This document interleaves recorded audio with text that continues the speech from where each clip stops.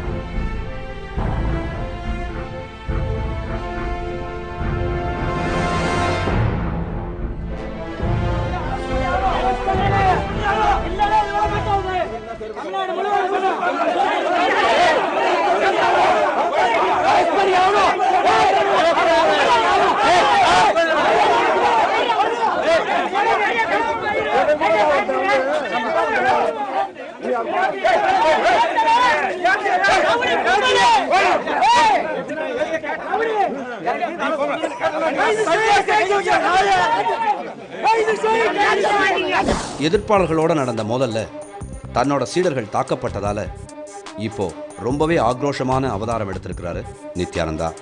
இந்த ரவுடி கும்பலுக்கு ஒண்ணே சொல்றேன், எத்தனை ஆயிரம் சன்னியாசிகளையும் பலி கொடுத்தாவது எங்கள் ஆலயங்களை மீட்டெடுத்தே தீருவேன்.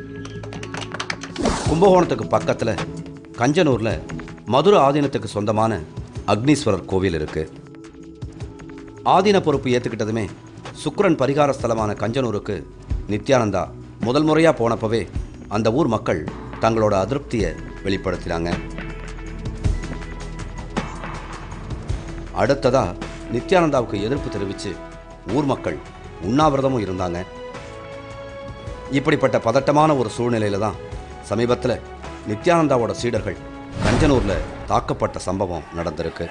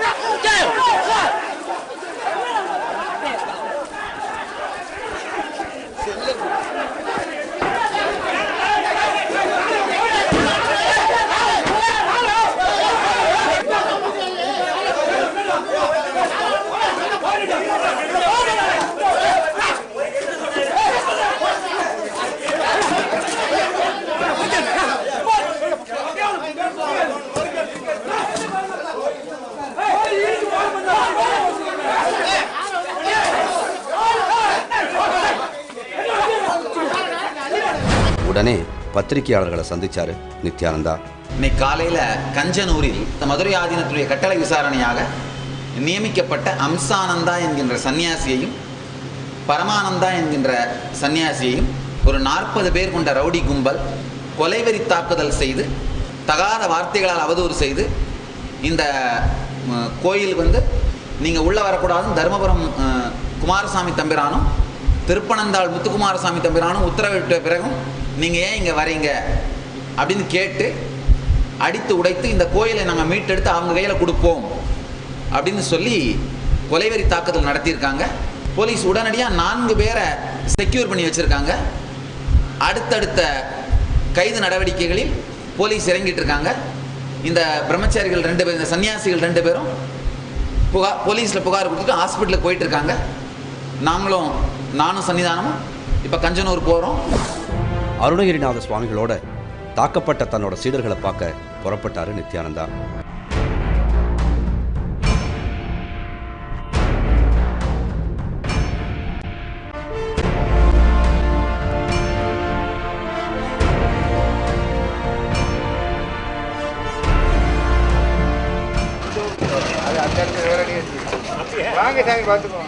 பலத்த போலீஸ் பாதுகாப்போட நித்யானந்தாவும் மதுரை ஆதீனமும் கும்பகோணம் ஜிஹெச்சுக்கு வந்து இறங்கினதுமே அந்த இடத்துல ஒரு திடீர் பரபரப்பு உருவாகிடுச்சு. ஹாஸ்பிட்டல் தேவை பண்ணி டிஸ்டர்ப் பண்ணாதீங்க.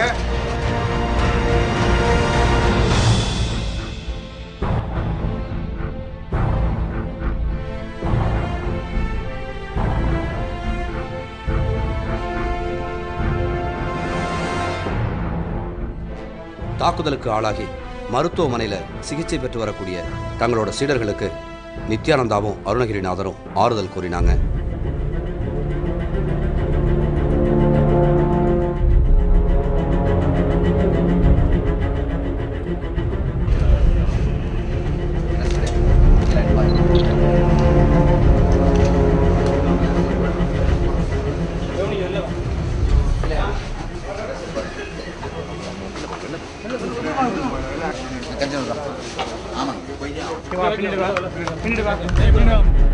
மருத்துவமனையை விட்டு கோபத்தோட வெளியே வந்து பத்திரிகையாளர்கள் கிட்ட ஆவேசமா பேசினார் நித்யானந்தா.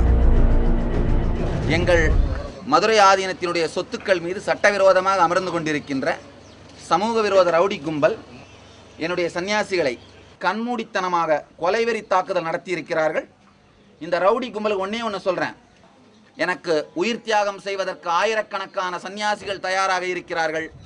இந்த ரவுடிகள் இத்தோடு இதை நிறுத்தி கொள்ள வேண்டும். இந்த சம்பவத்தை பற்றி சன்னிதானம் நம்முடைய ஆதீனத்தினுடைய வாரிசு ஸ்ரீ நித்யானந்தா அவர் என்ன சொன்னார்களோ அதைத்தான் நாங்களும் ஆமோதிக்கிறோம். இப்போ கஞ்சனூர் தான் நேராக போகிறோம். சன்னிதானம் கஞ்சனூர் தான் வராங்க. அங்கே ஆலயத்துக்கு செல்லுகின்றோம். இன்றிலிருந்து கணக்கு வழக்குகளை பார்க்க துவங்க போகின்றோம். இன்னைக்கு நைட்டு கஞ்சனூர்ல தான் தங்க போறேன். நாளை காலையிலையும் கஞ்சனூர்ல தான் இருந்து பூஜை பண்ண போறோம்.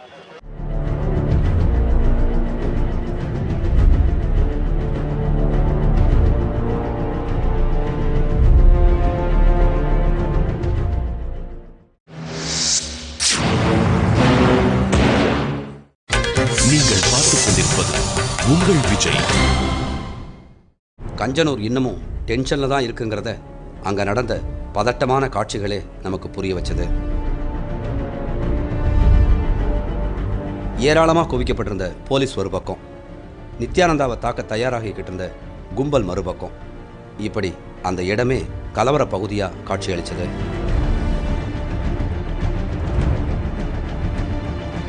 நித்யானந்தாவை தாக்க தயாராகிக்கிட்டு இருந்த ஒரு கும்பல் கிட்ட எஸ்பியே பேசி அவங்களை எச்சரிக்கை செஞ்சுக்கிட்டு இருந்தாரு.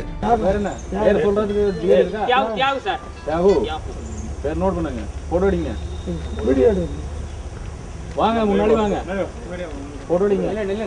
பிரச்சனை வந்துருச்சுன்னா சட்டப்படி என்ன பிரச்சனை உங்களுக்கு ரெடி பண்றேன் சார், நான் கொடுக்குறேன். சரி, பதில் கொடுக்குறேன். போயிட்டு வாங்க. எந்த நேரமும் எதிர்ப்பாளர்களை சமாளிக்க தயாரா இருந்தது போலீஸ்.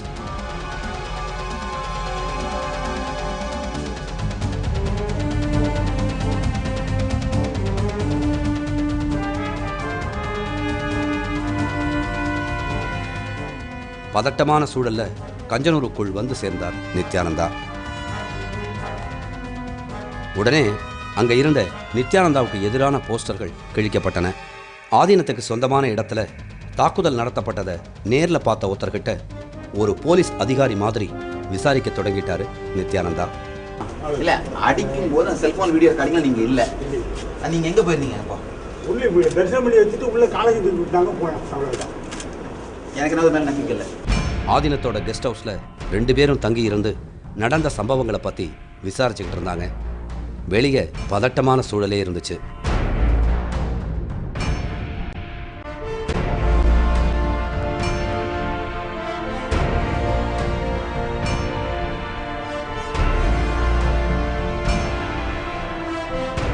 இரவு நெருங்கியதும் ரூம்லேருந்து வெளியே வந்த நித்யானந்தா பத்திரிகையாளர்களை சந்திச்சாரு.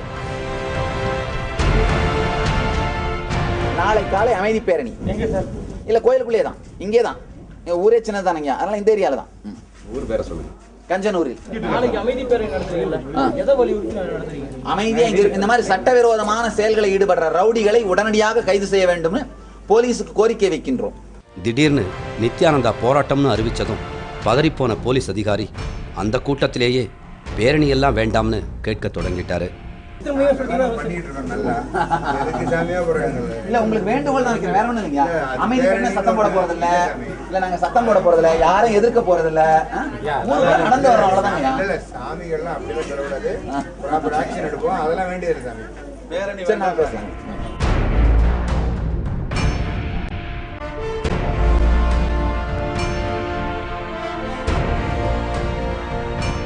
கோயிலுக்குள்ள போய் 2 பேரும் சாமி தரிசனம் செஞ்சாங்க.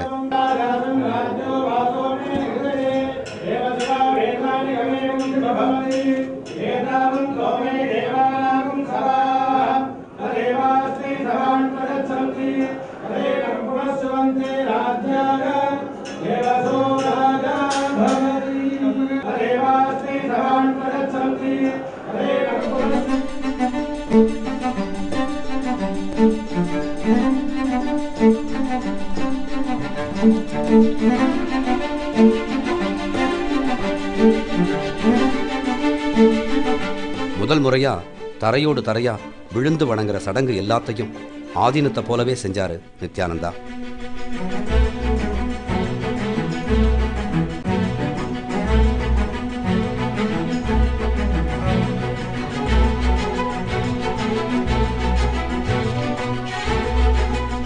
கோயிலுக்கு உள்ளேயே பக்தர்களுக்கு 2 பேரும் ஆசி வழங்கவும் செஞ்சாங்க. நிறைய கூட்டம் நித்யானந்தா கிட்ட ஆசி வாங்க வந்ததால ஒரு கட்டத்துல சேர் மேலேயே ஏறி உட்கார்ந்துகிட்டாரு அருணகிரிநாத சுவாமிகள்.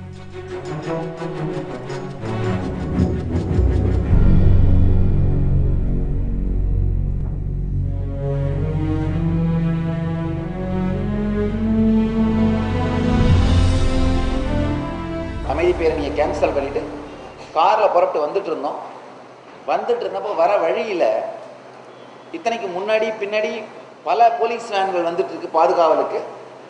ஒரு 7 பேர் கொண்ட கும்பல் திடீர்னு என் காரை மறிக்க முயற்சி பண்ணி செருப்பை வீசி சன்னிதானத்தையும் என்னையும் மிகவும் அவதூறான வார்த்தைகளால் திட்டி பிரச்சனை பண்ண ஆரம்பித்தாங்க.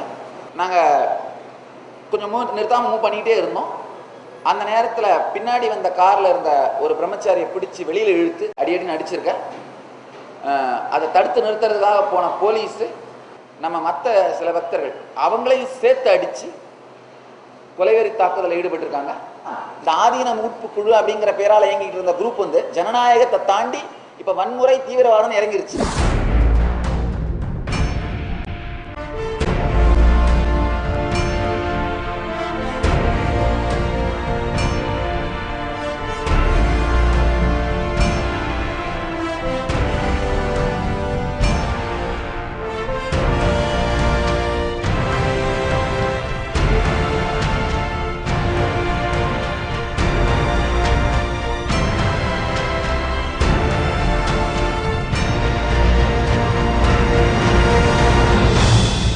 தருமபுரம் ஆதீனம், திருப்பனந்தாள் ஆதீனம் 2 பேர் மேலேயும் இப்போ கிரிமினல் வழக்கு நிலுவையில் இருக்கிறதுனால, ஏன்னா நேற்று எஃப்ஐஆர் போட்டாங்க, நிலுவையில் இருக்கிறதுனால அவங்களும் மடத்தை விட்டு விலகணும் அப்படின்னு கேட்டு மதுரை ஆதீன பாதுகாப்பு குழு தருமபுரம் திருப்பனந்தாள் ஆதீன மீட்பு குழுவாகவும் செயல்படும் என்று அவர்கள் முடிவெடுத்திருக்கிறார்கள்.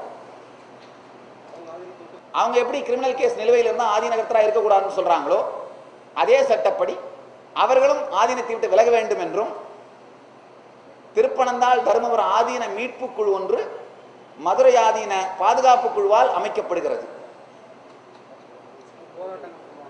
போராட்டங்கள் செய்வார்கள். சட்ட ரீதியாக ஜனநாயக ரீதியாக எல்லா போராட்டங்களும் செய்வார்கள். இதெல்லாம் தன்னோட எதிர்ப்பாளர்களை முடக்கிறதுக்காக நித்யானந்தா செய்யற வழக்கமான அதிரடிங்கதான்னு சொல்றாங்க ஆதீன மீட்பு குழுவினர். போலியான வழக்குகளை தாக்கல் செய்ய வச்சு இந்த மீட்பு குழுவே வந்து சீர்குலைக்கணும் அப்படின்ற வகையிலையும் அனைத்து விதத்திலையும் சட்டவிரோதமாக எல்லாரும் என்னென்ன நடவடிக்கைகள் செய்யணுமோ சொல்லி எல்லாத்தையும் மிரட்டி பணிய வைக்கணும்னு அனைத்து வேலையும் செஞ்சுருக்கிறாரு. நித்யானந்தாவை சுற்றி எது நடந்தாலுமே அது ஒரு பரபரப்பான செய்தி தான். அதுக்கு ஒரு உதாரணம் தான் இது. மதுரை கலெக்டராக இருந்த சகாயம் சமீபத்தில் மாற்றப்பட்டார். அவருக்கு பதிலாக திருவண்ணாமலையில் கலெக்டராக இருந்த அன்சுல் மிஸ்ரா இப்போ மதுரை கலெக்டரா பொறுப்பேற்றுக்கிட்டு இருக்காரு. எதிர்ப்பாளர்கள் பலரும் மதுரை கலெக்டரா இருந்த சகாயத்துக்கிட்ட மனு கொடுத்ததால தான் அவர் மாற்றப்பட்டார்னு ஒரு பரபரப்பு இப்போ உருவாகி இருக்கு. கலெக்டர் சகாயத்தை நான் தான் மாற்றினேன். இந்த திருவண்ணாமலை இந்த கலெக்டர் என் பக்தர், அவனை கொண்டு வந்துட்டாங்க. Collector Sagayam is transport under the instruction of Nithyananda. ஐயோ அப்படி நீங்க சொல்லாதீங்க சன்னிதானம். அந்த அளவுக்கு நான் பவர்ஃபுல்லான ஆள் இல்லைங்கய்யா. ஏங்கய்யா ரொம்ப உழவு மாவட்ட கலெக்டர் இருக்கிறப்ப திருவண்ணாமலையிலிருந்து மட்டும் கொண்டு வந்து போடணும். இது அது இறைவனுடைய செயல். திருவண்ணாமலை கலெக்டர் வந்து தியான பீடத்தோட ஒரு நட்பு முறையில் இருக்காரு உண்மை. ஏதோ ஒரு தடவை தியான பீடத்துக்கு வந்திருக்காரு. நம்ம சன்னியாசிகள் அவங்களோட பழகுவாங்க, போயிட்டு வருவாங்க சன்னிதானம். அவர் ரொம்ப ஹானஸ்டா நல்லவர். நாங்கள் செய்கிற சமூக சேவைகளுக்கு ஒரு நட்பு ரீதியாக இருப்பார். தான் நித்யானந்தாவோட பக்தர் இல்லைன்னு இப்போ மறுப்பு அறிக்கை வெளியிட்டிருக்காரு மதுரையின் புதிய கலெக்டர் அன்சுல் மிஸ்ரா. அவர் அடிக்கடி என் ஆசிரமுக்கு வருவார், அவரோட பக்தர் அப்படி சொல்லியிருக்காரு. அது போய் அவரோட ஆசிரமம் நான் எப்பவும் போகல, அவருக்கு எப்போவும் மீட் பண்ணல. எதுக்கு இந்த மாதிரி போய் சொல்கிறாரு எனக்கு தெரியல. But let me tell you one more thing. நான் இன்னும் ஒரு இஷ்யூ சொல்லணும். Nobody can take me for granted and without verification. யாரை பற்றி எப்படியும் ஒரு ஸ்டேட்மெண்ட் யாருமே சொல்லக்கூடாது. ஒரு மாவட்ட ஆட்சியர் பற்றி இந்த மாதிரி ஸ்டேட்மெண்ட் கொடுத்தது சரியில்லை. மறுநாள் நடந்த ப்ரெஸ் மீட்டில் புதிய கலெக்டர் அன்சுல் மிஸ்ரா என்னோட சீடர்னு நான் சொல்லவே இல்லைன்னு பல்கி அடித்தார் நித்யானந்தா. யார் போய் கலெக்டர் நான் அவரை என்னுடைய சீடர்னு சொன்னேன்னு கேட்டது? நான் தெளிவா சொன்னேன், அவரை நான் பார்த்ததே இல்லைன்னு. நான் எந்த இடத்துலையுமே அவர் என்னுடைய சீடர் நான் சொல்லலை. ஏதோ ஒரு தடவை தியானப்படுத்த வந்திருக்காரு. அவரோட ஆசிரமம் நான் எப்பவும் போகல. எதுக்கு இந்த மாதிரி போய் சொல்கிறாரு எனக்கு தெரியல.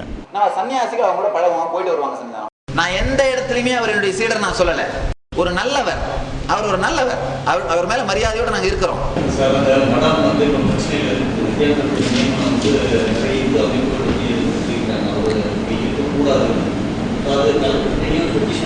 நான் இருக்கிற வரைக்கும் திருவண்ணாமலையில் அந்த மட்டம் பற்றி கம்ப்ளைண்ட் வரல.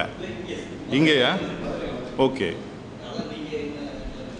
இல்லை, அந்த கம்ப்ளைண்ட்ஸ் எப்படி இருக்குது நாங்கள் பார்க்கணும். நியாயமான கம்ப்ளைண்ட்ஸ் இருந்தால் டெஃபினட்டாக சட்டத்துக்கு உட்பட்டு நிறைய ப்ரொவிஷன்ஸ் நம்ம இருக்குது. சட்டத்துக்கு உட்பட்டு டெஃபினட்டாக நம்ம ஆக்ஷன் எடுத்துடலாம், நியாயமான இருந்தால். மதுரை ஆதீன பொறுப்பில் இருந்து நித்யானந்தாவை நீக்கணும்னு சொல்லி சிதம்பரம், கும்பகோணம், நெல்லை போன்ற இடங்களில் சிலர் கையெழுத்து இயக்கம் நடத்திக்கிட்டு இருக்காங்க.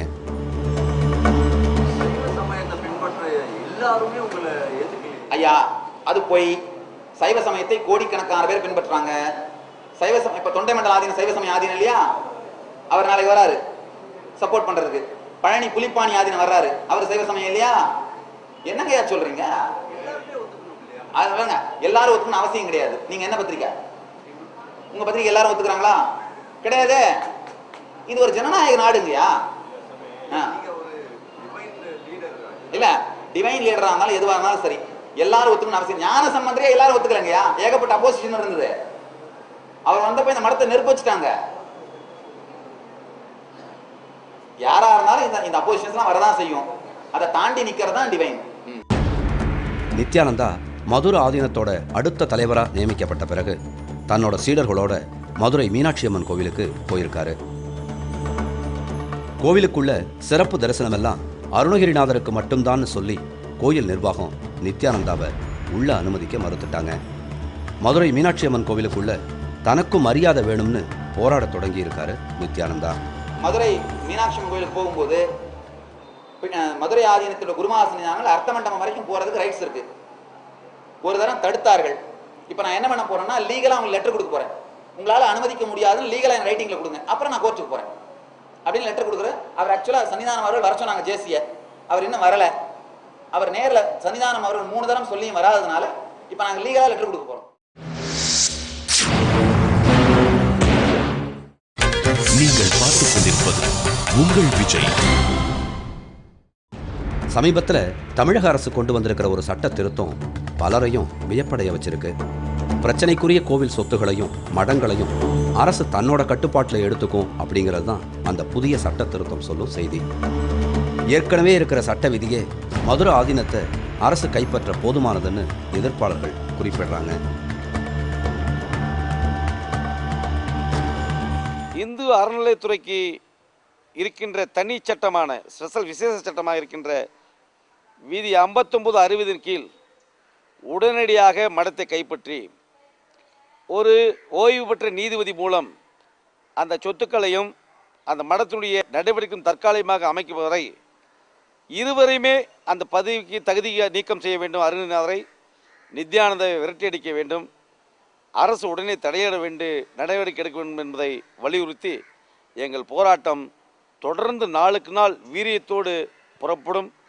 HRNC ஆக்ட் 59 படி ஒரு சில சாதகமான இது எங்களுக்கு இருக்குது. அதுபடி ஒரு தவறாக பாலியல் புகாரில் சிக்கன ஒருத்தர் வந்து ஆதீனமாக நியமிச்சா செல்லாதுன்னு சொல்லி சூட்டே போட்டு அவரை காலி பண்ணலாம். அதுக்குரிய வேலைகளும் முறைப்படி நாங்கள் செஞ்சுக்கிட்டு இருக்கோம். இந்த பிரிவின் கீழ் வந்து தமிழக அரசு எடுத்து அந்த பிரிவு அது ஆக்சுவலாக எடுக்க முடியாது. தமிழக அரசு நான் என்ன சொல்கிறேன், இப்போ வந்து எதையாவது ஒரு வார்த்தையை என்ன சொல்ல வச்சு எதையாவது சண்டை மூட்டலாம்னு நினைக்காதீங்க. புரியுதுங்களா? இல்லை, அவங்க சொல்கிறது கோர்ட் முடிவு பண்ணும். பிரச்சனைங்க வளர்த்துக்கிட்டே போகும் மதுரை ஆதீனத்தை அரசு கைப்பற்றுமா அப்படிங்கிறது தான் இப்போ எதிர்ப்பாளர்களோட எதிர்பார்ப்பு. மீண்டும் சந்திப்போம். நன்றி, வணக்கம்.